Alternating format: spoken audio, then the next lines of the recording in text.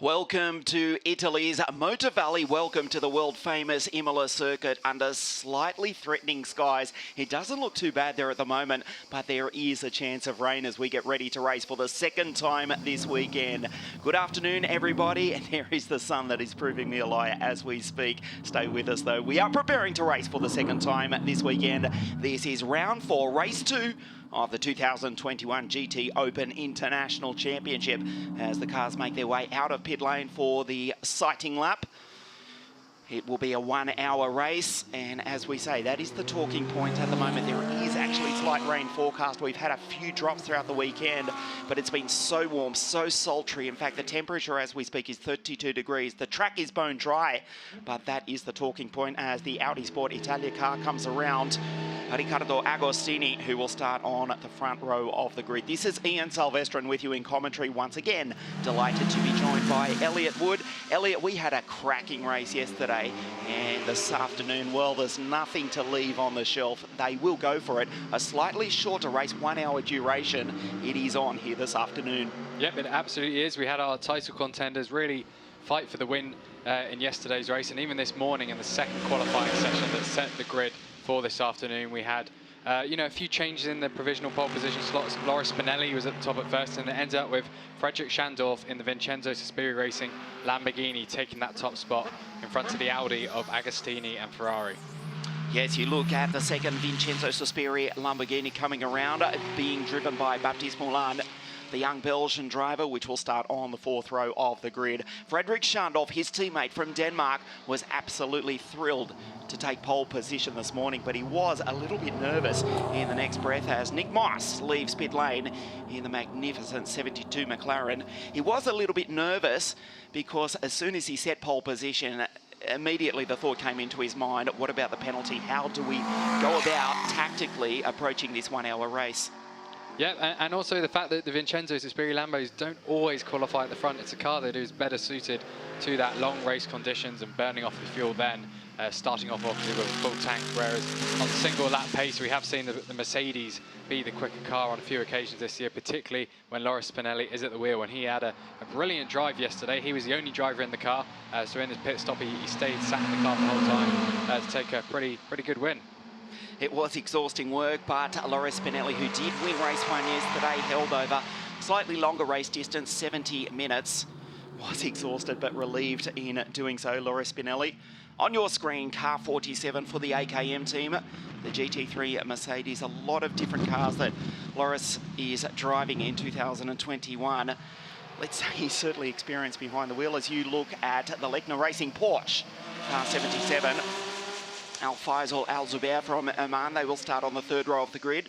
Admittedly, once again, not the biggest field as we come up to what is effectively the end of an intense 12-month period of racing. If we consider the world stopped turning on its own axis around about, 18 months ago, we paused and then we got back into life in about July last year, basically when all world sport, all world motorsport did resume as the Omani driver makes his way up onto the grid. So it's been a very intense 12 months. After this weekend, after the next 1 hour race, we've got a break of almost 2 months before we come back at the fabulous Red Bull Ring in Austria for the last sprint to the checkered flag in 2021.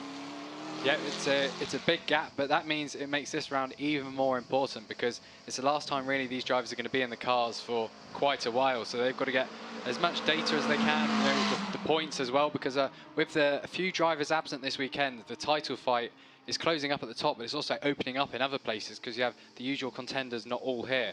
For VSR, the Lamborghini crews, and obviously Lechner Racing with the Porsche of Andy Soucek, Al Faisal Al Zubair, those are the three cars to really look out for at the front of the field because those are the ones that will be battling it out for the title come Monza. But obviously we've got the Pro-Am class as well, we've got the Am class, we've got two of those cars here today as well. So there's going to be battles all the way through the grid. This is the pole-setting car, Frederick Schandorf from Denmark, car 63 for Vincenzo Sospiri Racing. Just awaiting race start, which is in a few moments' time. A warm day here at Imola. This is Italy's Motor Valley. So many manufacturers and suppliers to the automotive and motorsport industry located in this region. As we look at Lorenzo Ferrari out of the car, Riccardo Agostini is in the car, the Audi Sport Italia team. There is Riccardo, the young 26, 27-year-old, a young driver, super experienced. We'll go through his resume throughout his stint. He is starting the car before he hands over to Lorenzo. Ferrari, that is. Ferrari driving an Audi. No, we could not make that up. Lorenzo having a one-off drive, as is the Audi Sport Italia team. They are leading the Italian GT Championship on their home circuit. They know it very well as we go back to the McLaren of Ollie Milroy on the second row of the grid. What a work of art this car is. Yeah, it sounds like a spaceship. That's the best way I could describe it. Very, very sleek shape, and obviously the gull-wing doors come out, so it's quite a unique car in that respect as well. And looking further down the grid, we've got another example of that same McLaren as well. So lots of different manufacturers here, but obviously more than one of each car, bar the Honda, which is on its own. Here is the Loris Spinelli Mercedes. He's the only name on the side of the car because he's the only driver in it. But that does mean, because he won yesterday, he's going to be sitting in it for a very long time during the pit stop phase. Yes, just he and Giuseppe Cipriani, the AM driver, going solo for the next 1 hour. Andy Soucek, the Spanish-Austrian with more than 2 decades of racing experience, just casually wanders back down pit lane. He'll be jumping aboard the 77 Porsche at around about half race distance. Florian Scholz, Jans Lieberhauser, the German team, the German car. Jans is starting the car 14, after qualifying this morning.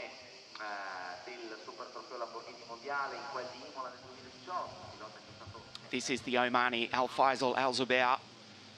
Grid 6 in the Lechner Racing Porsche. Let's remember they are second in the team's championship as well. Andy Soucek, his teammate, he is third in the series in the Drivers' Championship, which is being led equal points for Frederic Schandorf and Michele Beretta. Let's take a look at the highlights of race 1 yesterday. Loris Spinelli from pole position. The start was actually under investigation, but it was cleared. And he took the initial lead. Andy Soucek in the Porsche, immediately up into third place. Defending from Lorenzo Ferrari in the Audi. Further back in the pack, this battle raged from the green light to the checkered flag. Jens Renault Mola and the second McLaren went wheel to wheel for the entire duration.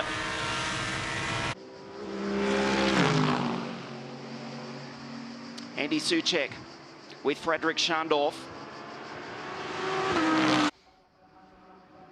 Out front though, Loris Spinelli, he was untroubled. He drove a perfect race, did not make a single mistake, took the checkered flag, and with that he elevates himself into 6th in the Drivers' Championship. Did the entire race solo, stands on the top step of the podium after a fabulous victory in the 70-minute race 1 24 hours ago.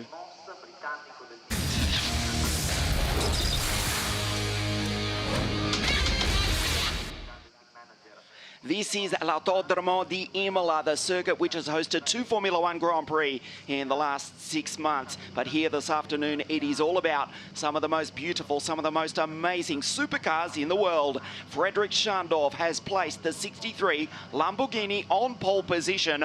On the outside of the front row, Riccardo Agostini in the Audi Sport Italia car. It is Ollie Milroy, Loris Spinelli, yesterday's race winner on the second row of the grid, Jens Lieberhauser and Al Zubair in the Lechner Racing Porsche on the 4th row, Baptiste Moulin and Jens Renault Mola sharing that car with Marcus Pavarud. Nick Moss and the AM driver Giuseppe Cipriani on at the final row of the grid. So yes, admittedly, after a very intense 12 months of racing, not the biggest field, there are some very tired mechanics, drivers, teams and organisers here in the paddock. They'll be looking forward to the break and will come back refreshed at the Red Bull Ring in Austria on the 2nd week of September after the summer break. But there are valuable points on offer here this afternoon. Frederic Schandorf, the pole sitter, the Dane, in the 63 Vincenzo Sospiri Lamborghini on pole position. Nick Moss making his way through in the 72 McLaren. You ride on board with Riccardo Agostini, the Audi Sport Italia car. We alluded to this ever so slightly yesterday. The Lamborghini and the Audi, both powered by what is fundamentally the same V10 engine. So it will be interesting to see the race off the line. Yep, same electrics, just different design in the outside of the car. And we did actually have a Lamborghini as our safety car in yesterday's race, but we've currently got a Mini leading the pack today, which isn't something you usually see in International GTOpen, but it's something Imola is clearly bringing to the party here. And in addition to just having the overall fight, we do have, so we have 5 Pro cars, we have 3 Pro Am Class cars, and 2 Am Class cars. So there's 3 different battles of victory taking place today.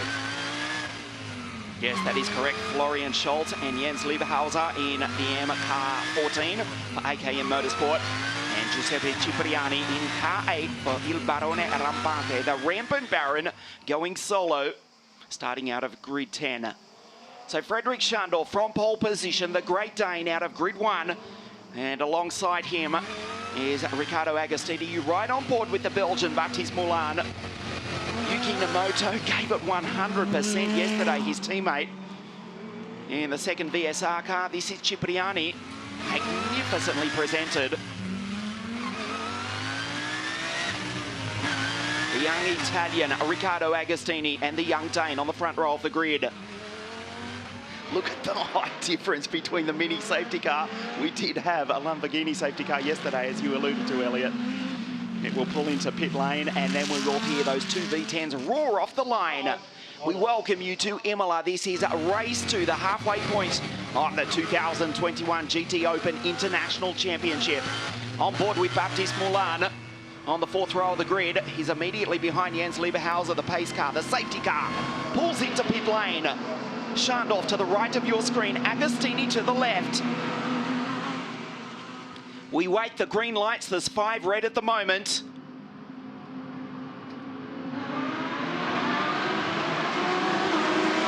Schandorf accelerates, now we get the green. And it's the 63 Lamborghini who leads down into turn 1. Ollie Milroy, nice start. Immediately slots into second place. And Loris Spinelli going side by side with the other Italian. Agostini holds him off though. They make contact. Oh, Spinelli in the grass on the second corner of the race. A nervous moment. It looks as though Spinelli got out of the throttle. He knows there's still 59 plus minutes to race. They did make contact on the second corner. Yeah, Spinelli did a good job there to then get it back on track, and he's actually gone wide again, picks up a bit of gravel after Villeneuve. Coming up the hill, that's allowed our top 3 cars to escape. Schandorf already a few tenths ahead of Milroy. Milroy jumping ahead of Agostini off the start, so very strong rolling start for him. We've actually got one of the cars tailing off at the back. I think that's Cipriani, so that's the Am-Class car. Don't need to worry about that. Taspiri Racing Lamborghini in first place. The second of their cars is in 7th, and he's actually got quite a gap to the Mercedes ahead of him. So all 10 cars have pretty much cleanly got through the first 2 sections of that. They're going to go up to the hill and approach the very anti-outer chicane now. There is Schandorf leading the way, takes the curbs fully. You know, these GT cars can do it. Single-seater cars can't quite, you know, jump over these curves as strongly. Pulls away by another 10th in that second sector. Milroy in the McLaren chasing. We're now on board with Agostini, who is in 3rd place, but has kind of been left by the top 2 cars in front of him. And he's now looking in his mirrors at Spinelli. We know Spinelli can be the fastest of these 4 cars because he did show it in both stints in yesterday's race. So he'll really be wanting to make progress because he knows he's got the longest pit stop of any of these cars around him. Good start from Ollie Milroy. He's in 2nd place. We remember that fantastic battle which raged from the outset right to the checkered flag between Milroy and Jens Renault Moller in the Honda. Well, at the moment, Milroy's in 2nd place and the Honda slipped back to 8th.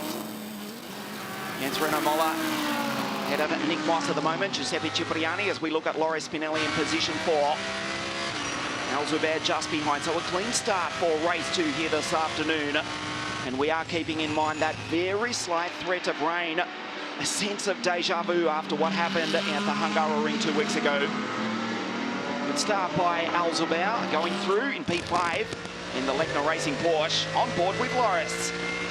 Spinelli did actually kick up a bit more dust there, so he's going wide through all of these corners, which potentially, you know, allows him to carry more speed, but then you've got the risk of the car just continues going wide and just goes straight off. So that's a risk he shouldn't be taking at every corner, because, you know, it can go wrong at some point, but it does keep him on the tail of Agostini in third place. There's now a second gap between Milroy in second and Agostini in third. Doesn't quite look like it as we come up to the Variante Alta chicane, but it does mean the top two are breaking away. Straight over the curves on the top of the chicane. Alzabeth going through. Good start by Lieberhauser. There is Baptiste Moulin, and the Honda straight lines. No attempt to take any part of the bitumen on the left-hander. Just goes straight over the top. Does Jens Renault-Moller with Nick Moss right behind, and then Giuseppe Cipriani. Alzabeth going through in car 77, the Lechner Racing Porsche. Let's keep one eye on the team's championship as well. Vincenzo Sospiri Racing. At the moment, they're in positions 1 and 7. Alzabeth in P5 in the 77 Porsche. So Ollie Milroy doing a great job. Remember, that is a Pro-Am car. Staying with the outright car of Frederic Schandorf, but on the track it means very little, as Loris Spinelli closes right in on the back of Riccardo Agostini, who gets a little bit ragged on the edge. A tighter line from Loris Spinelli. He'll line him up.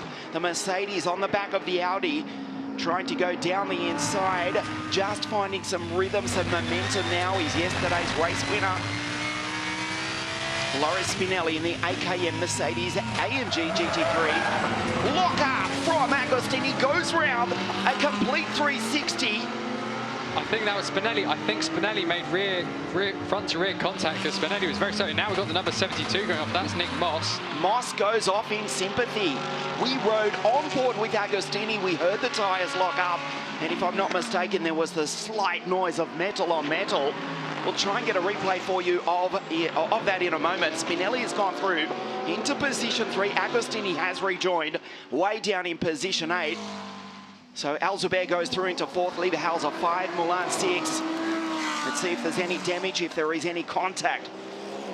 There's a little bit. So we're on the front grille, on the right-hand side of the grille, there's the tiniest bit where they've scraped off the paintwork, but I don't think that would be enough, really, if you just scrape that off to really push a very heavy Audi V10 into the gravel. So I'm not quite sure how hard he may have hit him, but he did definitely lose time there. As Alzabeth is all over the Rivers car. We go back to the lead battle. There's now 0.5 seconds between our top two cars. Frederic Schandorf in the lead, 0.8 now, with Ollie Milroy in second place. Spinelli comes by in third, Alzabeth in fourth. Now, we haven't actually had a message on the steward saying if that was under investigation. So for now, we're going to take it that potentially there wasn't any contact. That's what I'm looking out for, Elliot. We're watching the timing screen, waiting for any notification from race control. For the moment, we stay green, we stay clean. As Schandorf continues to lead, he's found a nice rhythm out front, and Ollie Milroy staying with in the 7 Inception Racing McLaren.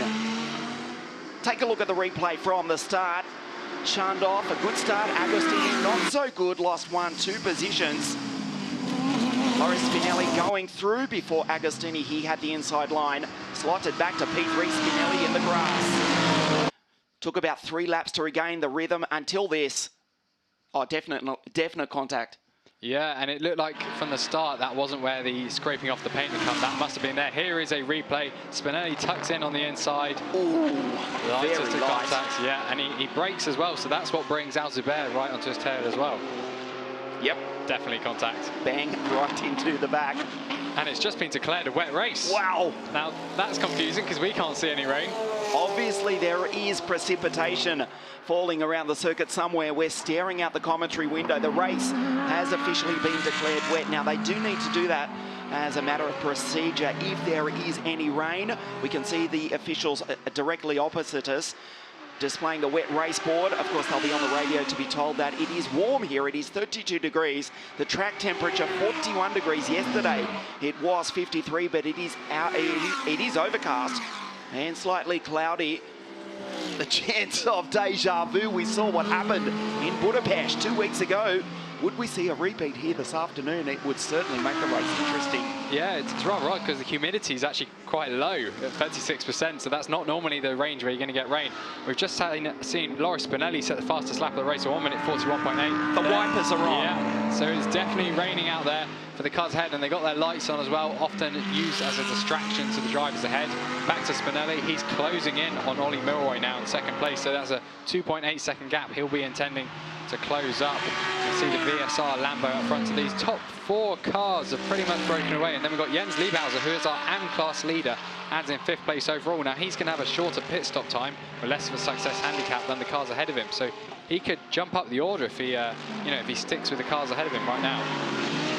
Loris Spinelli now trying to find some rhythm. We have had no notification from race control regarding that incident as you go on board with Riccardo Agostini, who is currently leading the Italian GT Championship down through Acqua Minerale. Agostini down in 8th position. Nick Moss, who was also caught up in that incident a few laps prior. He's the final runner, sitting in behind Giuseppe Cipriani. Smashes the ripple strips at the top of the hill. Just listen to this as he races down the hill into Ribata.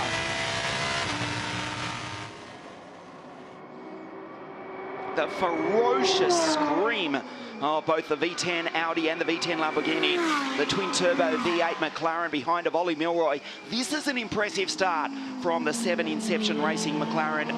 They started the season over in the Middle East, racing in not only the Dubai 24-hour race, but also in the following weeks in the Asian Le Mans Series, finishing in the top 5 in that championship, in the GT3 category, of course. Ollie Milroy with experience in GT3 and in LMP cars as well. A good start in 2nd place. The gap still stays exactly 1 second. The race was declared wet a few moments ago, and right now, the sun comes out to shine.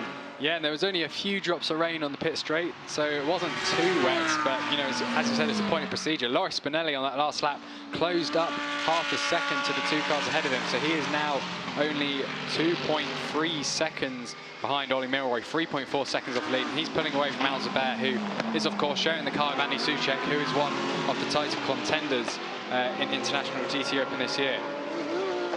Loris Spinelli in position 3 with, well, we were going to say a question mark over him, but for the moment, no incident, or no action taken for that incident. That very light contact with Agostini, who's down in 8th position. Alzabert in P4 in the 77 Porsche. Loris Spinelli, race win yesterday, a super tactical victory 2 weeks ago in Budapest when the rain certainly did come down, but it was another warm day, very similar to what we've got this afternoon. He stayed out on slicks and took the race win. He also took the victory yesterday.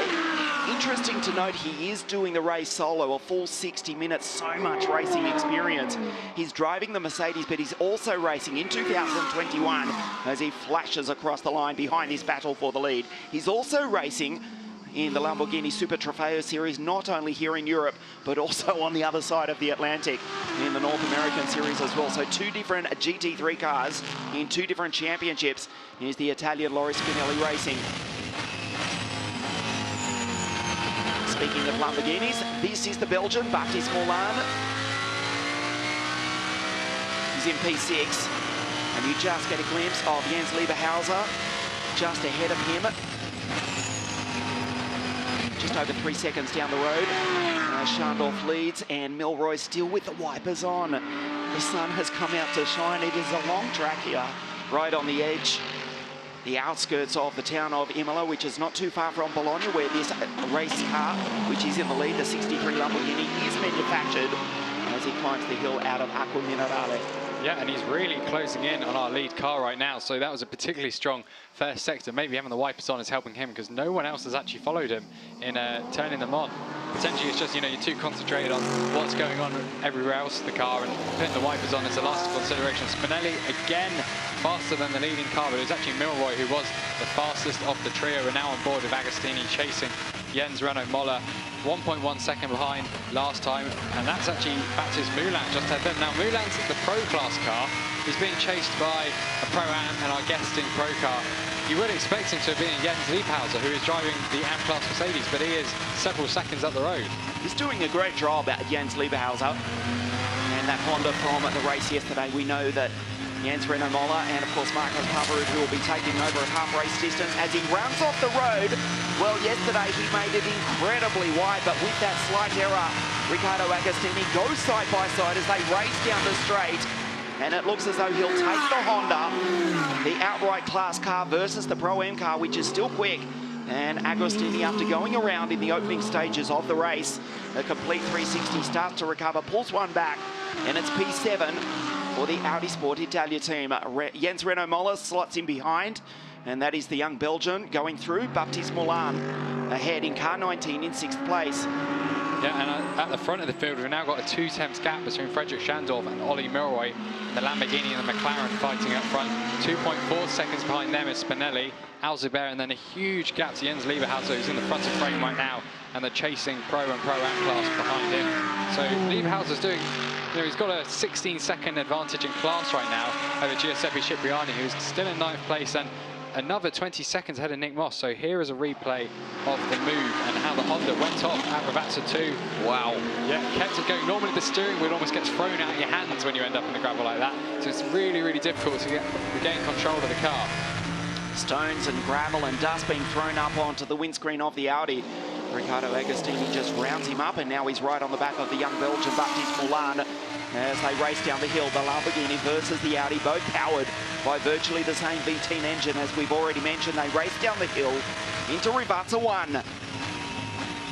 Baptiste Moulin, the 21-year-old for Vincenzo Sospiri Racing. And Agostini's got it. He hasn't got his wing. He hasn't got the wipers on, but he's got the wipers up, stuck in one position, which is going directly across the driving position as well, which is slightly distracting, I would imagine, but it doesn't seem to have been slowing down. He's lining up Moulin now. This will be for 6th place. Is he going to go to the right or to the left? Gets the slipstream at over 270 k's an hour. Down into Tamburello, dives down the inside, almost makes contact with the back of the green machine, gets out of the throttle, and Baptiste Moulin lives to fight another day. Into Variante Villeneuve. He's all over the back of the young Belgian. This is the Villeneuve chicane, then they'll accelerate up towards Tosa. Riccardo Agostini trying to recover that complete 360 spin earlier on. Now they climb the hill. You can see Lieberhauser going through just ahead in position 5. That's a great start for Jens, the 2 Germans. Look at the windscreen. Is that just... Well, he was behind the Honda that threw up an awful lot of gravel and dust. And if there was a little bit of condensation on the windscreen, let's just say it's incredibly dirty. Down into Acqua Minerale. So close to the back of the Vincenzo Sospiri racing car. Jens Lieberhauser goes through.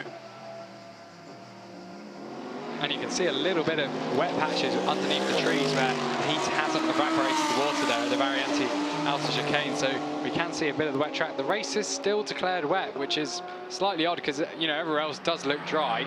Following back with the Lamborghini, the other Lamborghini up front, Frederick Schandorf, he's actually extending his lead over Ollie Milroy after really being pressured in previous laps. Whereas the second car, Baptiste Moulin, coming through Ravazza 2. Agostini is all over the rear again. It's going to be the same as last time. He's going to tuck to the pit wall, then he's going to move to the other side of the track to try and cover the inside line, heading to Tamburello. Jens Renault Moller trying to stay in touch with his battle. Riccardo Agostini, will he dive down the inside into Tamburello? Indeed he does. Makes the move, one almighty send. Nicely done. And Agostini moves up a place. Baptiste Moulin drops back. He's now in P7. That was a lovely, lovely clean move there by Agostini. Very flowing. I think the door was kind of left open by the Lamborghini there, which is now down to 7th place. Now in the Pro class battle, those two are fighting in the same class, but they've left a huge gap to Alzubert, who's in 3rd place, and there's a 5-second time penalty of car 47. Here's a replay of the move. So he's on the brakes early, and that allows Agostini to just dive down the inside, get the car turned in before the Lamborghini even starts turning. So very, very nicely done move. Yeah, 5-second penalty for causing collision to car 47. That is Laura Spinelli in 3rd place. That's not going to affect his position right now, though, because he is 1.8 seconds off the lead and 5.2 seconds ahead of Alzubert.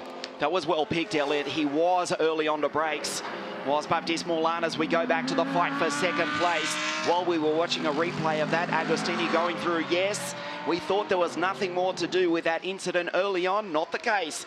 5 seconds for that contact between the driver of car 47 on your screen, who goes through to take 2nd on the road from Ollie Milroy, but a 5-second penalty for Loris Spinelli. Yeah, so that penalty will now cost him a place because he's just overtaken Ollie Milroy for 2nd place. Ollie Milroy still leading the Pro-Am class comfortably by around 20 seconds, so he's got that in hand. But Spinelli, clearly the fastest car on track at 1 minute 41.9, matching Schandorf on pace, but he did have to make an overtake on that lap, which wouldn't have helped him much. Cipriani at the back of the grid, he's still got 20 seconds a hand over Nick Moss. Here's a replay of the move. Yeah, so he's gone around the outside of him, which is very brave because it's slightly off camber as you head downhill there. But Mercedes, obviously, with the front axle with more weight there, very strong on the brakes, and he gets the move done cleanly. I do wonder if the Inception Racing team told their driver, Ollie Milroy, to simply move over, having been notified that he has got a 5-second penalty. So officially, as we look at Agostini make up another place,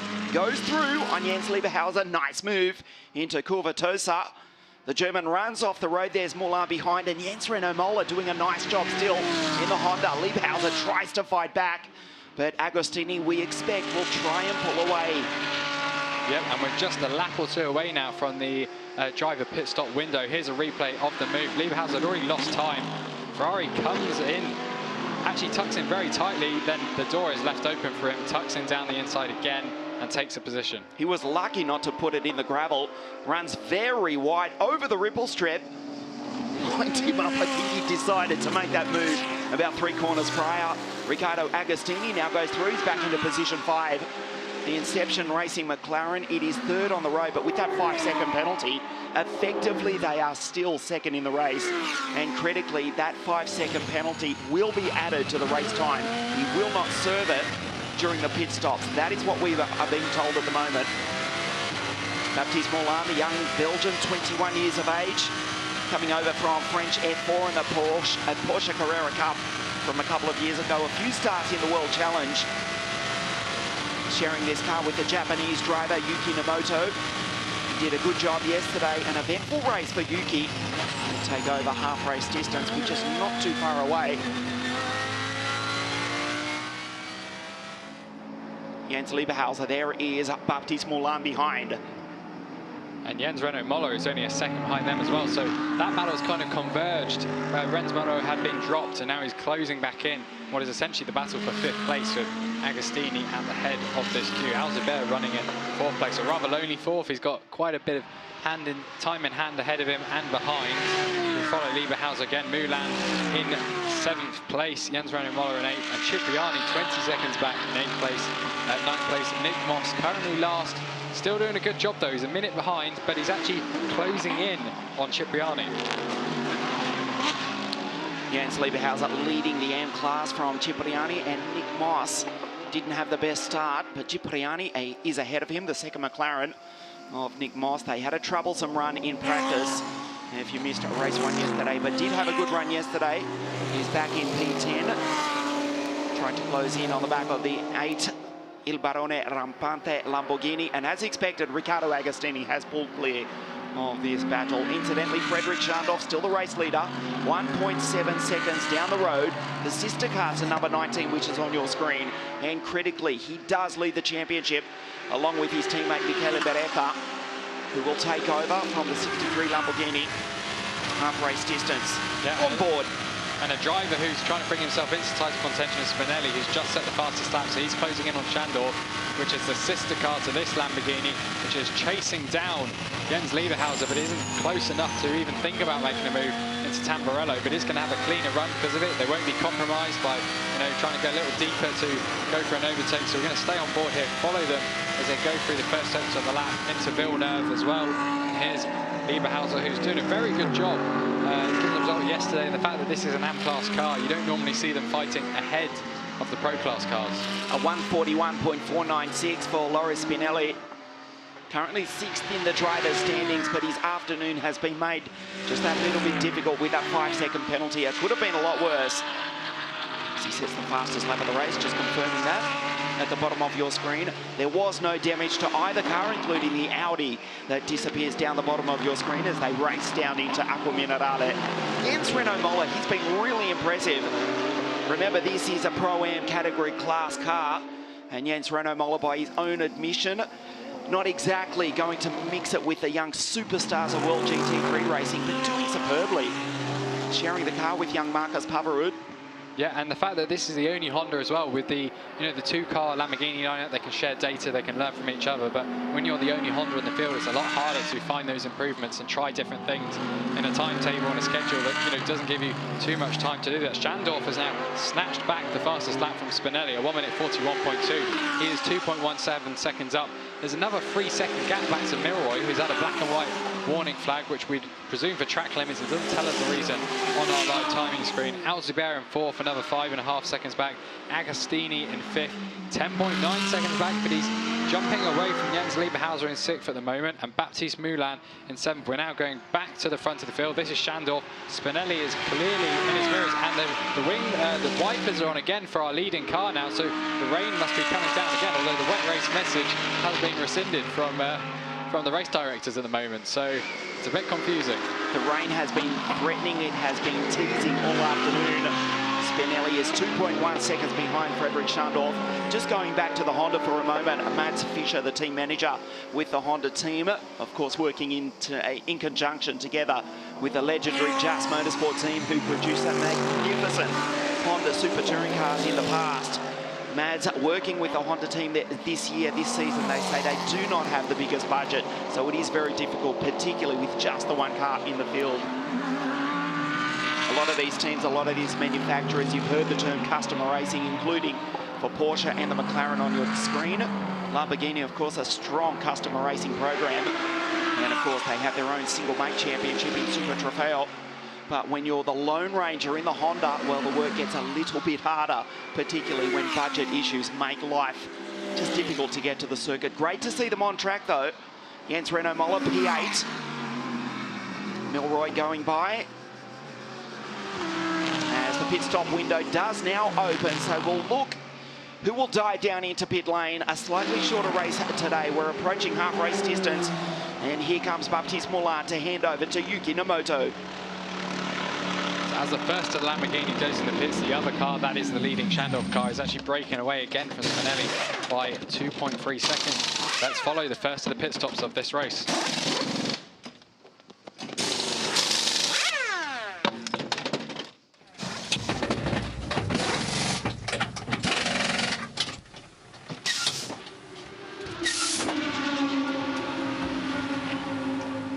Baptiste Moulin steps out, his day's work is done. Yuki Nomoto, the driver from Tokyo, the last few years racing in GT-type cars after a couple of seasons in Formula single-seater racing. And Yuki Nomoto will take it to the checkered flag. His teammate launches over the ripple strip at the top of the hill.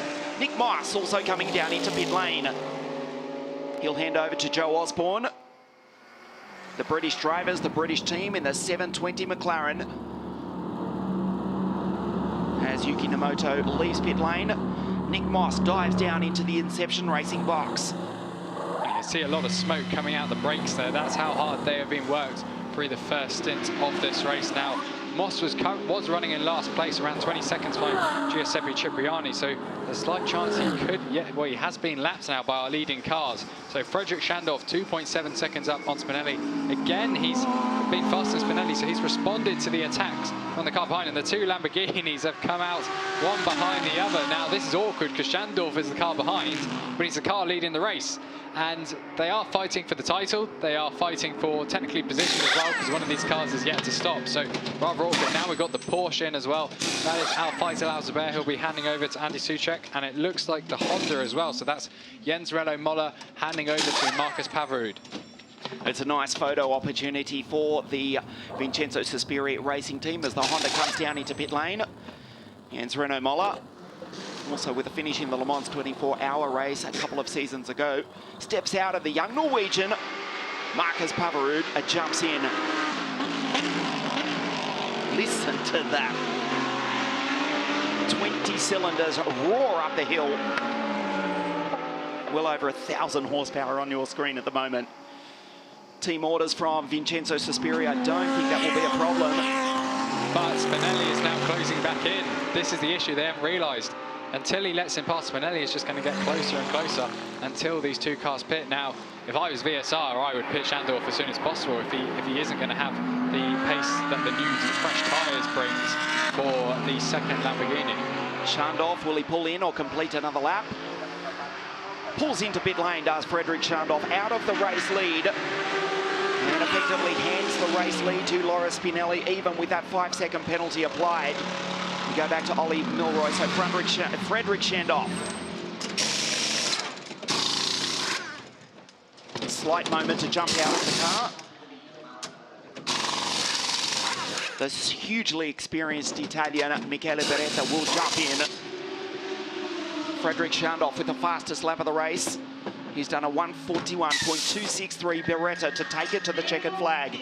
Incidentally, just a few moments ago, Andy Soucek has rejoined in the Porsche. As Laurie Spinelli, remember, he is doing this race solo, so we'll stay in the car. A moment for Riccardo Agostini out of Rivata 2. We've seen more than one car do that this weekend. On board. Track limits. It's not really an issue here when there's gravel. That punishes the driver. He knows he's exceeded the track limits. It's get out of the throttle, keep it straight, or put it in the wall. Jens Lieberhauser hands over to Florian Schultz. The 14 AKM Mercedes. As Beretta leaves pit lane. Glorious sunshine. Can you believe we had the race declared wet a few moments ago? Half race distance coming up. Race 2, round 4, the 2021 GTOpen International Championship. Andy Soucek flashes by. So we have 4 cars that haven't pitted yet. Laura Spinelli, who is in the lead, even with the 5 seconds divide with that time penalty. Ollie Milroy in second, Agostini in third, who has lost time with another little gravelly off, and Giuseppe Cipriani in fourth. There is Jens Lieberhauser coming out just in front of Spinelli, the 2 Mercedes together, and the Lamborghini was just ahead of them. So that's going to be slightly awkward for these two. I imagine Lieberhauser would give him room. He's flashing his lights, he wants to get through. It won't be a problem, dives down the inside. And the Italian takes him on his way. 2 AKM Mercedes trade positions. Spinelli on the charge. We'll probably keep an eye on the times for Laura Spinelli as soon as he starts to drop off. Well, Yuki Nomoto, who is the first to pit, has just said a 1:41.833. Spinelli is in the 1:42.4s. Milroy, who doesn't have the problem of traffic, 1:42.5. So clearly the cars who have pitted have got a pace advantage right now. However, the pace advantage right now won't be the same as later on, because obviously those tyres will be older come the end of the race. So there's strategic advantages and disadvantages of pitting early and going for the undercut. Same with going for the overcut. Giuseppe Cipriani enters pit lane from 4th place outright for the AM driver. Driven well here this afternoon. Of course, he knows this circuit very well. He is Italian. He's raced all sorts of cars over the years, both GT and single-seaters. And Joe Osborne's now just set fastest lap, a 1:40.994. That's over half a second faster than anyone has gone in this race, Laura Spinelli included. Spinelli now 5.2 seconds ahead of Ollie Milroy. He has got a clean air, he's coming through the final corner, and he dives into the pit lane. Yeah. And he won't be handing over to anyone because he's the only driver in that car. The other solo entrant, that's Giuseppe Cipriani, is currently in the pits right now, about to leave his pit box. So it should be Ollie Milroy, who's our new race leader. Here is Laura Spinelli, yesterday's race winner. Down into pit lane, of course, stays in the car. Look at the clouds in the background. It is sunny here in pit lane. Either rain or don't. We've had the threat of rain all weekend. A few drops have fallen. Glorious sunshine, but at the back of the circuit, as we look back towards Faenza, as Agostini pulls down into pit lane, he'll hand over to Lorenzo Ferrari in the background. There is still the threat of a wet circuit. I know that sounds like a broken record, but we're anxiously looking out the window as Giuseppe Cipriani rejoins. Agostini out, Ferrari in the Audi.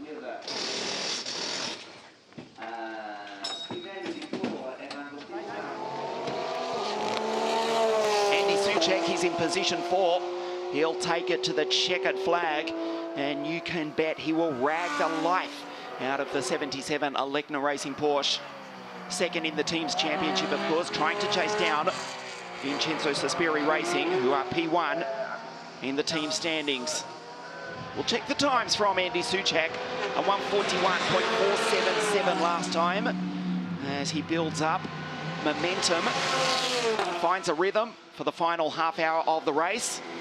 A 141.323, Joe Osborne, as you mentioned a moment ago, Elliot, a 140.994. Spinelli rejoins. And there goes the number 63 Lamborghini. That is Frederick Schandorf, who was in the car previously. Now it's Michele Beretta. So that is the battle for the overall lead. Obviously, Milroy is still in the lead now, but he's just come into the pits. So we're going to have to wait about half a minute for these cars to come round the track to overtake him. But it does mean that despite the success penalty that Spinelli had, he only came just behind Schandorf as he exited the pits. So it was a rather impressive job by him. It must have been in his 2 in-laps for the overcut strategy to work. Ollie Milroy down into pit lane. He'll hand over to the American Brendan Irib.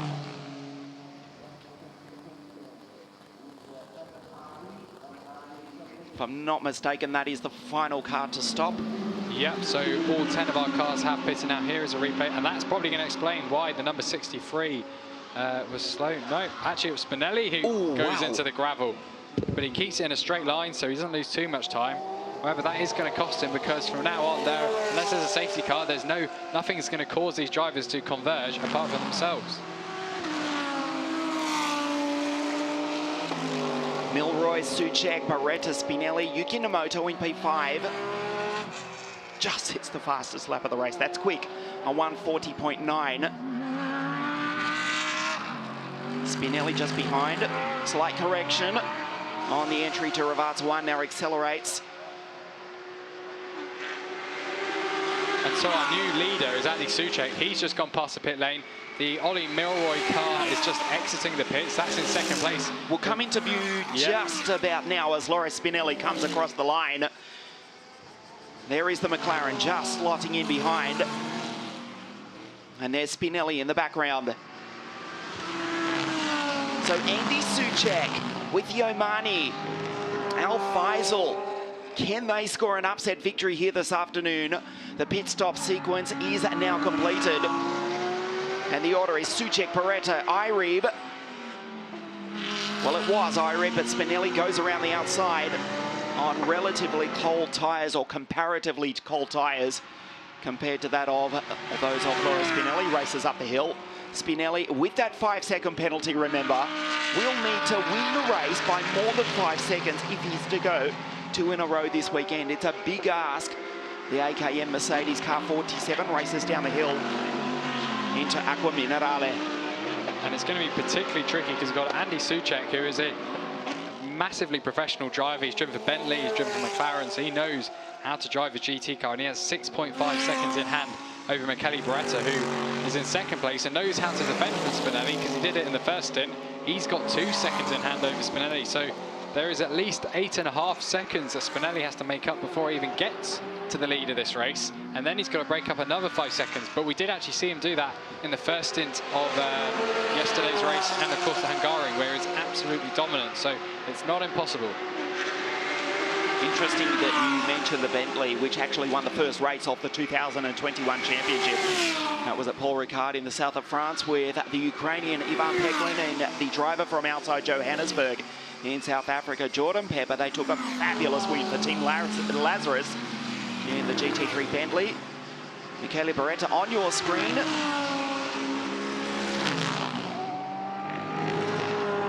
Well, speaking of Bentley, they actually won the Bathurst 12-hour, 2 years ago? That was before the world stopped turning on its own axis. Beretta actually picking up a podium in that race in the Silver Cup class. So Beretta in P2 at the moment. Andy Soucek looking good, the Austrian Spaniard, for the German 77 Lechner Racing Porsche team. Irib in the background, the first Pro-Am driver. The second of which is Marcus Pavarud, and Joe Osborne in P9, third in the Pro-Am category. And Pavarud's going very fast, a 1:41.987. That's pretty quick, quicker than the cars ahead of him. But Brendan Irib, who is in the Pro-Am class lead, is also going at that similar pace. His previous lap was 1:59. That's because it was his outlap from the pits. But we do know he is fairly quick, and with a 20-second advantage over second place in class, and with 23 minutes to go, I think this battle could converge as well. By the end of the race, we're approaching 2/3 race distance. Officially, the pit stop window is over. All 10 cars have completed their stop. As Beretta races down the hill now, there is Spinelli behind. On the ragged edge are the two Italians. And Andy Soucek, he's got 6.4 seconds over this battle on your screen. Race 2 here at Imola this afternoon. 270 k's an hour. Listen to that as they thunder down the straight. And Spinelli sets the fastest lap at 1 minute 40.938. That is half a second faster than Soucek and 1.2 seconds faster than Beretta, so he's really closed in on the second place car at the moment. Further back from there, we've got Brendan Ari being fourth, being chased by Yuki Nomoto. Lorenzo Ferrari took over that Audi. He's in sixth place. Florian Scholz a few seconds behind in seventh, and Pavarou rapidly closing in eighth. The gap between Yuki Nomoto, incidentally, and Lorenzo Ferrari is around about 10 seconds. So we'll see if the Audi can catch on to the back of the second Vincenzo Sospiri Racing Lamborghini. VSR first in the team's championship. Vincenzo Sospiri, the former racer himself, had a very brief, possibly the briefest Formula One career in history in the MasterCard Lola. Turned up for Melbourne in 1990-something. 1997, yeah. Did not qualify, and that was the end of his short-lived Formula One career. Yep, pretty much. And he did have a brilliant international Formula 3000 career, though. Yeah, he won the 95 title in the 95D Reynard, which, personally, if I can indulge just briefly, must be the most beautiful single-seater racing car ever manufactured. Yep, and we're going back to the battle at the front of the field. This is the McLaren being chased by the Lamborghini, so that's actually for fourth place. Yuki Nomoto even has closed in very quickly. We didn't quite see Nomoto being on the attack. Yesterday's race is going to try to draw alongside going down the hill. Thinks better of it going into Ravazza 1. They're going to come through into Ravazza 2. The Lamborghini is going to have all that grunt of the V10 engine exiting the corner. That's going to help it lightly draw alongside before they even get to the first kink in this very long pit straight. He's already got the slipstream, and this will help Lorenzo Ferrari in the background. Gets the toe right behind the McLaren. Does the V10 powered Lamborghini into Tamburello. It will need to be one almighty move. He dives down the inside, nicely done. And Yuki Nomoto moves up and takes the place. The McLaren drops back. That was a nice move, textbook move. He got the run out of Ravazza 2, got the slipstream over 270 k's an hour. Yuki Nomoto with a 142.368 last time round, making that move. He's now up into fourth place. He's one step off the podium. He's 8 seconds behind Spinelli as we take a look at the replay. Got the toe. He knew he was coming. There was little that Brendan Ireb could do. Tried to defend, put it as much as he could in the middle of the circuit and stay on the racing line to turn in and carry the speed. But Yuki Nomoto says, here I am, here I come. Dives down the inside. Nicely done. And Nomoto, together with Baptiste Moulin, move up into fourth place. And here is Laura Spinelli in third place, 8 seconds up the road. He's really chasing Michele Beretta 4/10 faster on the previous lap, over a second faster than our race leader, Andy Soucek, who is 6 seconds out of the road. Now, Spinelli does have that 5-second penalty to think about. He doesn't want to get another one by being too ambitious in his overtakes, but he knows he does have to pace. He set the fastest lap 2 laps ago. His second and third fastest laps are the laps either side of that, so he's doing a very good job, but it's Soucek who leads the way. He sets a 1 minute 41.8 on his most recent lap. Beretta is about to cross the line at 1 minute 41.0, and Spinelli actually at 1 minute 41.4, so he's almost got too close to Beretta, and that dirty air is slowing him down now, so he needs to get a move done sooner rather than later to make use of his fresher tyres. Andy Soucek with a lead of 6.2 seconds last time they came around, and Michele Beretta cuts that down to 5.4. Almost 1 second last time round, as the clock ticks down to 19 minutes remaining in race 2 of the weekend here at Imola. He's left Spinelli behind ever so slightly.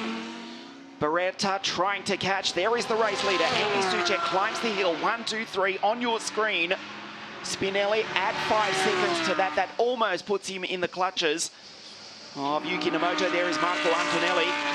Looked at that was Luca Baldassarri, team engineer with AKM Motorsport. Of course, on Ferrari Formula One fame, back with the great MS back in the day.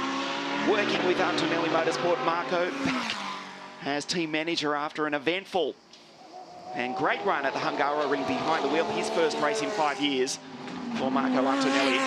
And actually, his son, Andrea Kimi Antonelli, racing in the CIK Upper European Karting Championship final. He's won the final of that round in Spain. Arvin Lindblad was second. So I'm going to look at the points standings. I think that means he is the champion. Yeah, he is European karting champion. The Mercedes protege.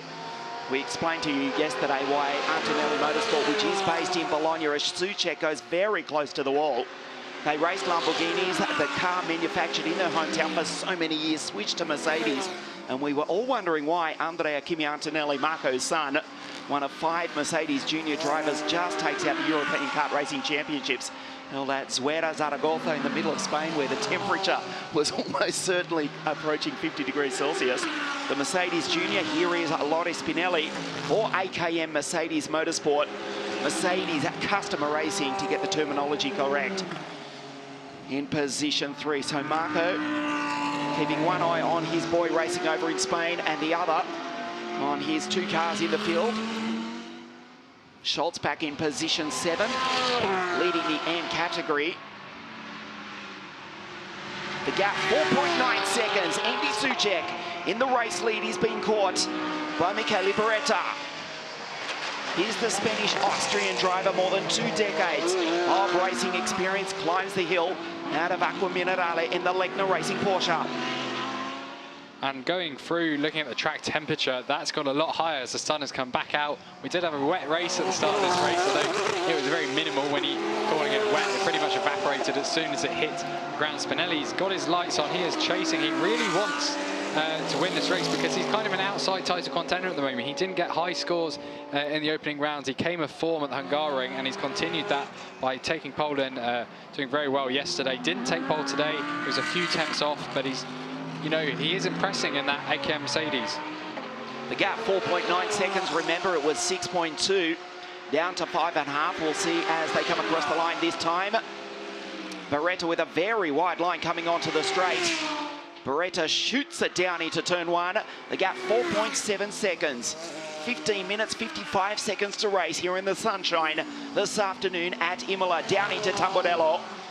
He's left Spinelli behind him. It looks as though, well, it looks very unlikely that Lotte Spinelli will go 2 from 2 this weekend. It would have been 3 in a row for Loris after that victory at the Hungaroring 2 weeks ago. And it could have almost been 4, but if it wasn't for a pit stop issue in the other race at the Hungaroring that really cost him when he was on course for a very dominant win there.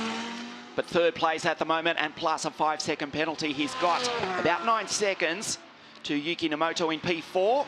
And Lorenzo Ferrari has returned to the pit lane. Now, we've already had the driver changing window, so this would have been for a technical issue. He stopped, he's out of his pit box again, he's moving. As we're going to pick up the cameras now, is there any damage to the front of that car? It's hard to tell because the winglets are painted in black on the Audi, so that's a little tricky. But it does mean he has dropped down the order. And that's promoted Pavarud to 7th place. Pavarud currently 11 seconds behind Brendan Irebe, who's a Pro-Am class leader, but he is going around 1.5 seconds a lap faster, which with 14 minutes to go, that could turn into quite a tasty lead battle come the end of this race. That was quite strange from Lorenzo Ferrari. Has rejoined. It was a quick stop. Did not get out of the car. The team barely looked to do any work on the car. The tyres stayed on the car. Does rejoin way down the field in position 9. Joe Osborne goes through. Marcus Pavarud, we haven't seen much of him in the Honda as we look at the American Brendan Irebe. As we said, started the year racing over in the Middle East in the Dubai 24-hour race. In contention for the outright victory they were. And then also raced in the Asian Le Mans Series as well. 4.3 seconds now between Soucek in the lead and Beretta in 2nd place. So that was cut down by another 0.3 of a second. Going back to Spinelli, 6 seconds back, Nomoto 16. So Nomoto's not doing enough to basically take a podium position here from the penalised Spinelli. Brendan Irebe in 5th, losing more time. Florian Scholz, personal best lap in 6th place. Pavarud again faster than faster than Irebe. So he is now 10 seconds behind with 13 minutes to go. Andy Soucek, one of the most experienced drivers in the field. The gap is 4.3 seconds as he races down the hill into Aqua Minerale. This is lap 27 of race 2 here this afternoon. Andy Soucek, as we say, more than 2 decades of experience. Class winner in the Nürburgring 24-hour race. Also raced in Super League Formula. picked up some victories in both Formula 2 and the category's predecessor, GP2, a race winner in the former Blancpain GT series, Spanish Formula 3 champion, way back in, what, a decade and a half ago, 2005. And of course, that evolved to become the Euro Formula Open Championship, which is also racing with us here this weekend at Imola. Andy Soucek comes across the line. We'll check the gap. It was 4.3 seconds. It was over 6. Back to Beretta. Here comes Soucek that we were just speaking of. And you just got a glimpse of the 63 Lambo in the background. There goes Beretta, the gap down to 4 seconds. Another 3/10. This is shaping up to be a nail-biting finish. And that is the number 14. That is Florian Scholz, who has spun. He was making good progress, but now he's facing the wrong way. Can he get it turned around? Well, he's going to take in a load of grass first. So he has dropped a place to Pavarud. Pavarud's got clear air ahead of him now, 10 seconds behind Brendan Irene. That is the battle for the Pro-Am class lead. Here is a replay. So coming up to chicane, he just rides it a little too much on the second part and, yeah, locks the brakes and spins it around. The car gets very light, even though it weighs well over 1 tonne. When the tyres aren't touching the tarmac, ground, yeah, there's no grip at all. You can't do any steering either once you're in the air. And with a car that's got so much weight over the front axle, that means the rear end's not stuck to the ground. It will just loop around behind you. Andy Soucek completes another lap. He is 3.95 seconds now ahead of Michele Beretta. 11 minutes to go. It's 1 minute 40 lap. So I don't think they're going to have enough time to really get close enough to overtake, because we've seen drivers who are behind. It's taken 3 or 4 laps to get a move done. Florian Scholz, with that spin, has lost almost 20 seconds to Marcus Pavarud, who's gone through into position 6 in the NSX Honda. The gap 3.9 seconds. This is Florian Scholz, has rejoined, no harm done. The car is still straight. And 1 lap ago at the top of the hill, this is where he had that moment. Andy Soucek across the line, Beretta in the background. Frederick Schandorf nervous down in the Vincenzo Sospiri Racing box. The gap 3.9 seconds, 3.2. Cuts almost a full second out of the Porsche. Here comes Beretta, Spinelli in the background. P3 at 5 seconds to yesterday's race winner's time. Beretta on fire here this afternoon. We are shaping up for a nail-biting finish. Race 2 of the GTOpen International Championship here at Imola. 3.2 seconds, it was 3.9. And 10 minutes prior, it was over 6.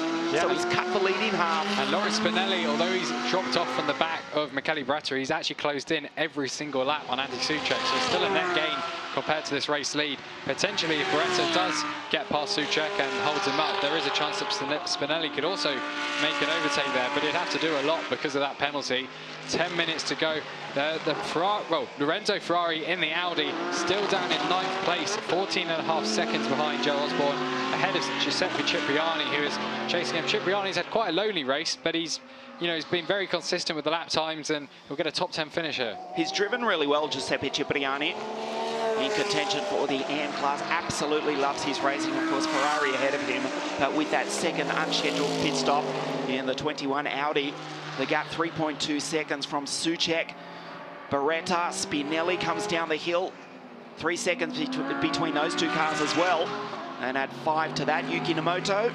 Still 9 seconds behind Loris Spinelli. The AKM Mercedes slow close to the gravel trap. On the exit of Rivazza 2, the thundering 6.2 litre twin turbo V8 Mercedes AMG GT3. And Soucek has actually responded at last. He has gone 3/10 faster than Michele Beretta last time around. Spinelli was the fastest of the 3. He's closed in by 4/10. So this battle is changing. It's evolving now. Previously, we'd just seen Beretta closing in since the pit stop phase, but it looks like there might be a little bit more tyre life in Soucek's car. Of these 3, Soucek does have the oldest tyres. Then it's Beretta, and then it is Loris Spinelli. Beretta, 7.67 seconds effectively with that penalty applied. You can see the gap at the bottom of your screen. On the track, it is just over 2.5 seconds, but 5 seconds to be added to Spinelli's time after making contact with his countryman, Riccardo Agostini, in the opening stages of the race. So Soucek, yes, as you rightly point out, Elliot does respond. 3.5 seconds is the gap. Looking good for the Legner Racing 77 Porsche and the Omani. Al Faisal Al Zubair, Carrera Cup champion in the Middle East a couple of seasons ago. Also racing Carrera Cup in Europe. Nervous down in pit lane, looking for a victory here this afternoon. 8 minutes left to race in race 2 of the GTOpen International Championship. Before the summer break, we come back at the fabulous Red Bull Ring in Austria on the second week of September. And I think we should have 5 laps to go here. There's a 7.3 second gap between our Pro-Am class leader, Brendan Irebe, and the chasing Pavarud. So he's moving in at around 1 second per lap. So that's not going to be a battle that's going to converge. And we're looking at the Porsche garage at the moment. Al Faisal Al Zubair. He looks relaxed, doesn't he? Very relaxed, very, very relaxed. Well, you know, he's used to far hotter temperatures than this. He probably thinks it's a cool afternoon. Yeah, Andy Soucek now 2.9 seconds ahead of Michele Beretta. So Beretta took out 0.6 of a second on the previous lap. Oh, it's not over yet. Yeah, but with 4 laps to go and they're taking around half a second, that's going to close 2 seconds. So I imagine Soucek will still have just under a second in hand when they come to the checker flag. I dare not mention the weather again this afternoon. It is getting cloudy, but let's disregard it. Let's say that, what's the saying? They're playing... The rain in Spain. No, the devil's advocate about the boy who cried. Well, something about that. The rain has been threatening all weekend, but we doubt that it will eventuate in actual showers here this afternoon. That's actually what I was literally alluding to. It is getting dark, though. He hits it over Rivata 1 and 2. A warm afternoon, it is still plus 32 degrees Celsius. Andy Soucek, the gap is 2.9 seconds. But of course, in motor racing, it is far harder to lead than it is to chase. Michele Beretta, super experienced, is the Italian. He's got a target. It is the 77 Legner Racing Porsche down into Rivata 1. The Austrian Spaniard, Andy Soucek. Beretta in second place. And we listen to that V10 engine growl. There's Spinelli coming through. Growl's not the right adjective. It absolutely screams. Yeah, and this is a very important result when it comes to the title chase, because Michele Beretta and Frederick Schandorf are ahead of Andy Soucek. Soucek is chasing them in the points. Now, if he finishes ahead, he'll close that gap significantly, and it'll bring it, I think, maybe 1 or 2 points going into the next round of the Red Bull Ring. However, if Beretta gets ahead, he's just going to extend it, and that's going to make it very difficult for the crews behind to essentially stay in title contention going forward. 1.9 seconds. Here comes Beretta. The gap was over 6 seconds with 20 minutes to race. We're now down into the final 5 minutes. And the gap is now just 1.9 seconds. As we look at Brendan Irebe in the McLaren going very wide at the top of the hill. That would have been an awkward moment. Not as bad as in an open wheel race car. And he didn't actually lose too much time, only 0.2 of a second to Pavarud, who is behind him. 5 minutes to go. It's a 1 minute 40 laps, so around 3 laps. Florian Scholz in 7th place, Jens Liebhausen was previously in that car. That's the leading AM class car, so that's on course for victory. In 7th place overall and 22 seconds behind Pavarud. We go back to Soucek. You can see that the Lambo is closer than ever. It's 1.8 seconds going through the second sector of this lap. There's the 3rd place car, Loris Spinelli, 5.1 seconds back, but essentially 10.1 with the penalty applied. So he's in a fairly safe 3rd place. I don't think it's even possible to improve his position at the moment at this rate. However, Nemoto has got a target. Nemoto, it's not out of the realms of possibility if Spinelli does have a moment. Effectively, Nemoto needs to make up about 4 or 5 seconds, and the Japanese driver could find himself on the podium. Spinelli cannot possibly take second or even the win with that 5-second penalty. As the gap remains 1.9. 0.026, I think. So that's a tiny, tiny gain that has been made there by Beretta. That's not going to be enough if he's continuing at that pace and that kind of advantage over Soucek to then get past the Spaniard. 1.89 seconds the gap. Beretta driving the wheels off the 63 Lamborghini. Soucek going through as they approach the Tosa curve. Spinelli in the background. With a few moments to go, 3 minutes 33, just incidentally, before we get to the checkered flag, just to the right of your screen, just off screen, there is a house for sale there. It was put on the market just a few weeks ago. if you've got a spare €395,000, you can buy a villa on the inside of the Imola circuit. Rent that out during Grand Prix week, and you'll make your money back in just a few seasons. Yeah, it would be a great place to watch the racing, and so many test days. The AlphaTauri F1 team often turns up over Yuki Tsunoda and Pierre Gasly. Going back to Aris Pavarou now within 5 seconds of Brendan Irie for the Pro-Am class lead. Over 3 minutes to go. That's quite an ambitious target for even him to make up. Lorenzo Ferrari is about to cross the line to complete his 32nd lap of the race. He is 13 seconds behind Joe Osborne, so he'll take 9th place. He's last of the Pro class runners.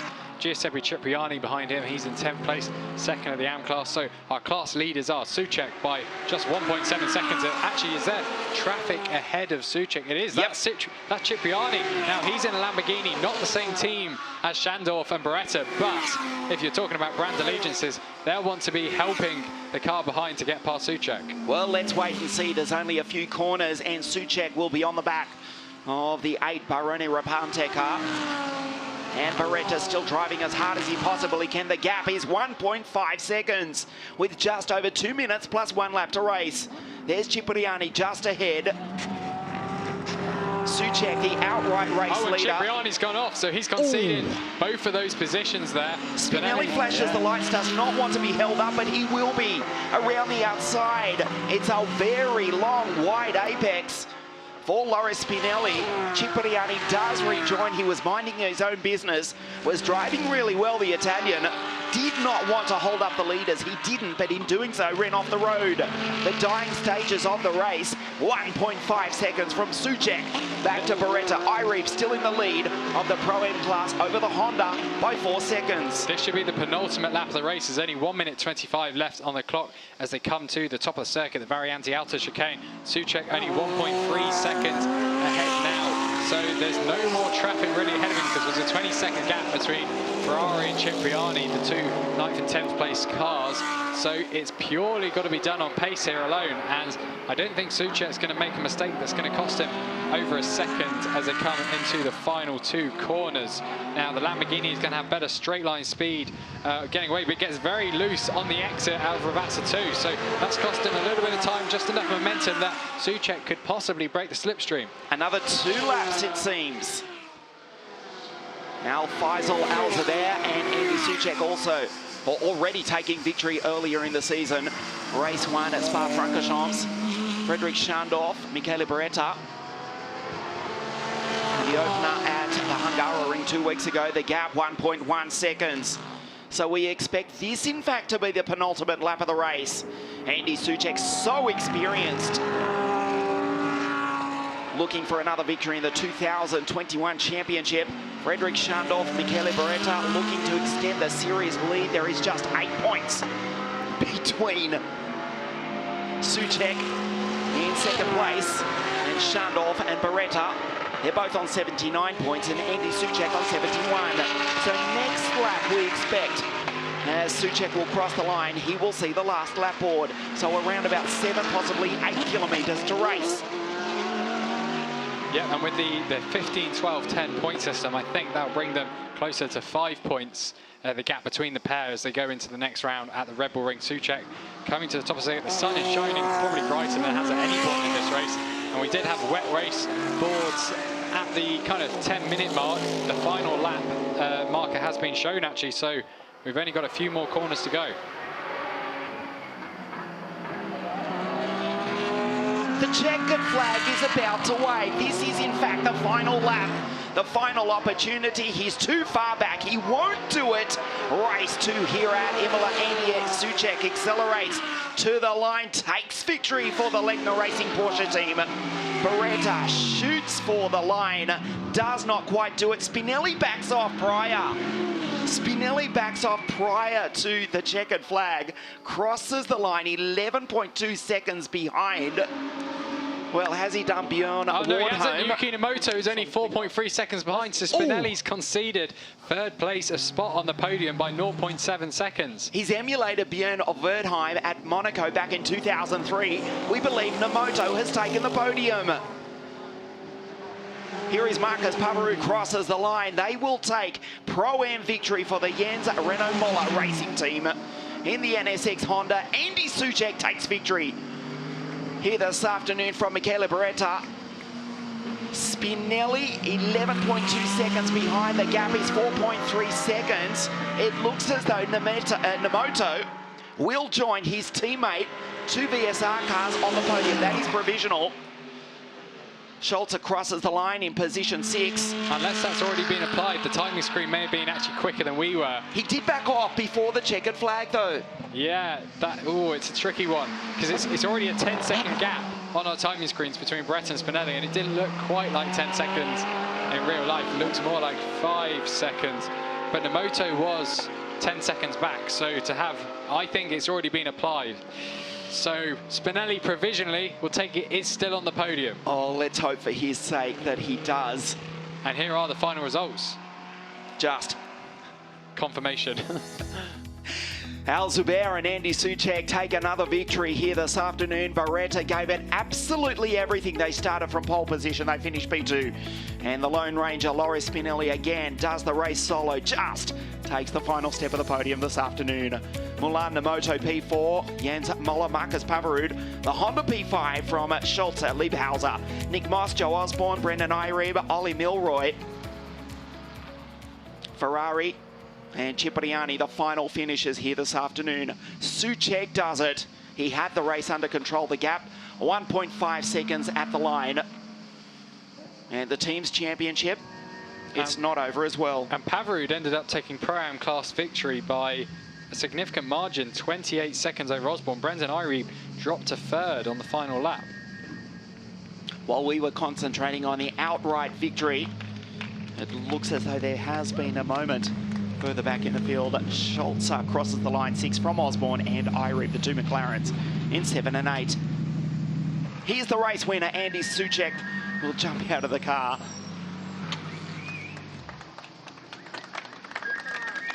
Fucking hell, come on. Finally. Let's go. Hey, good job, buddy. Very happy for you too. It wasn't easy, huh?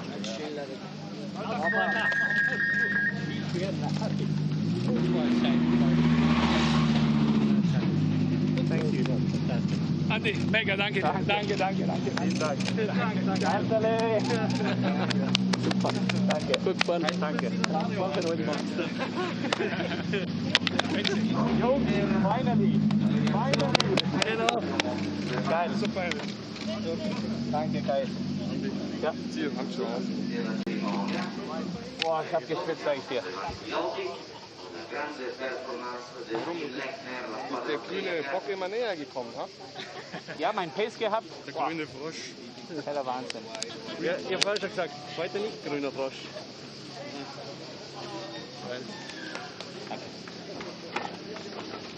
Ja, gut. Spinelli does take position 3 here this afternoon, just for the AKM team. Michele Beretta gave it absolutely everything in the second. Vincenzo Sospiri racing Lamborghini. Yuki Nemoto, his teammate, would finish in 4th. But Al Faisal, Al Zubair and Andy Soucek take victory here this afternoon, and they're down in pit lane. Let's hear from the race winners.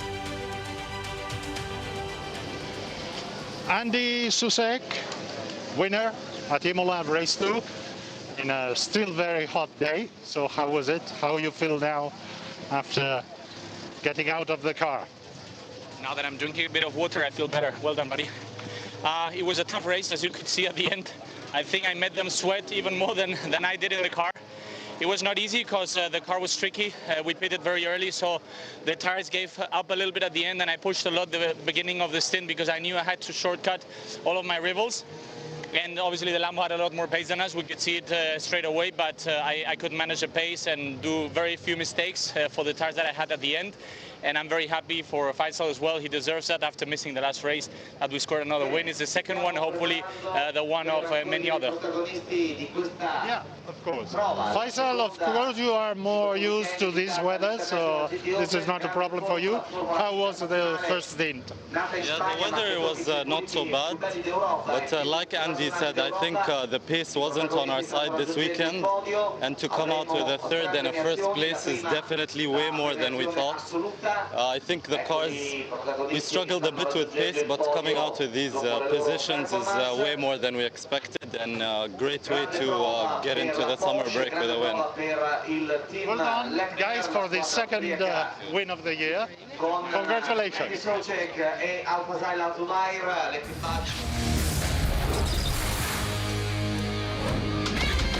We'll take a look at the highlights of race 2 here this afternoon at Imola. Frederick Schandorf starting from pole position in the 63 Lamborghini. A good start by the McLaren, immediately up into second place. Loris Spinelli went wheel to wheel, side by side with the Audi Sport Italia car. It was looking good until they made contact on the opening lap of the race. Not once, but twice. Spinelli with a move down the inside of Riccardo Agostini just tags the back of the Audi. And with that, he would be awarded a 5-second penalty. Agostini and his teammate Lorenzo Ferrari had to fight their way back through the field. Firstly, going past the Belgian Baptiste Moulard, who was teaming up with Yuki Nomoto. They only just missed the podium. Loris Spinelli on the charge, firstly picking up the first McLaren from Inception Racing. Agostini and Ferrari in this wild card entry, the one-off race for the Audi Sport Italia. They were quick, but they had another unscheduled pit stop later on in the race. Andy Suchak and Al Faisal Al Zabair put themselves into contention after the round-off pit stops. The 7 Inception Racing, a McLaren on Brendan Irebe and Ollie Milroy would cross the line. Spinelli backed off. He just took third place. Beretta and Schandorf in second, and Al Faisal Al Zabair and Andy Suchek take the victory, their second of the 2021 GTOpen International Championship.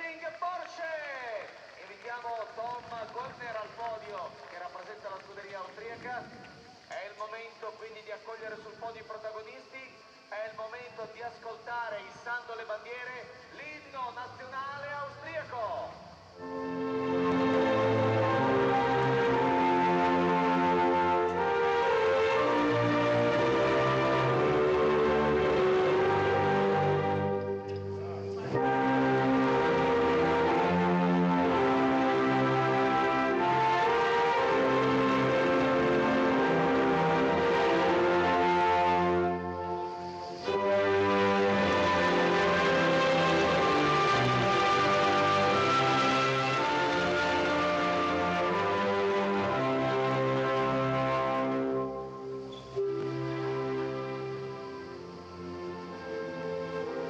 Un applauso al podio, cominciamo con... Second victory of the season for Andy Suchek and Al Faisal Al Zabair from Oman.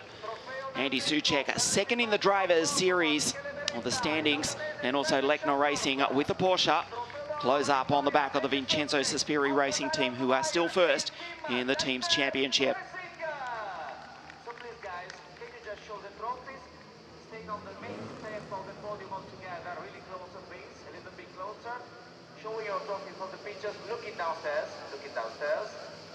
picking up the trophies, okay, like this. And now, champagne!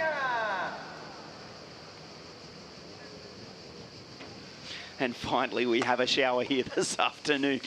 The rain which threatened, but the only precipitation that we really get is that from the champagne on the podium here this afternoon. A corredo di questa fantastica corsa che saluta la vittoria. The Pro-Am podium in just a moment. It was a David and Goliath battle. Renault Racing with the NSX Honda, the sole Japanese car in the field here this afternoon. Racing with us in the GTOpen International Championship for 2021. They did it in the dying stages of the race. Jens Renault Moller starting the race.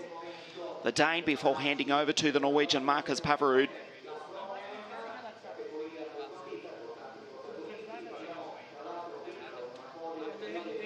They took the victory and they close in on Brendan Irebe and Ollie Milroy in the Pro-Am Championship.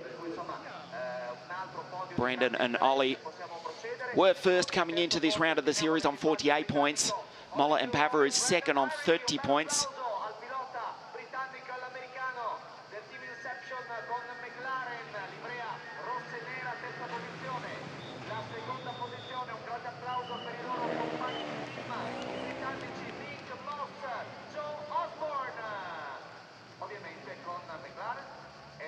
Moss Osborne for the Inception McLaren team.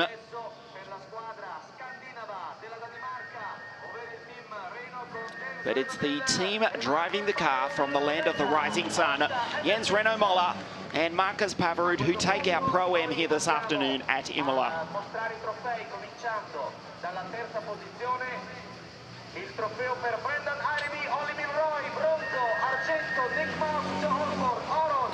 Thanks for your company. Race 2, the GTOpen International Championship. We'll see you after the summer break at the Red Bull Ring in Austria on the 12th of September. Thanks for watching. We'll see you then.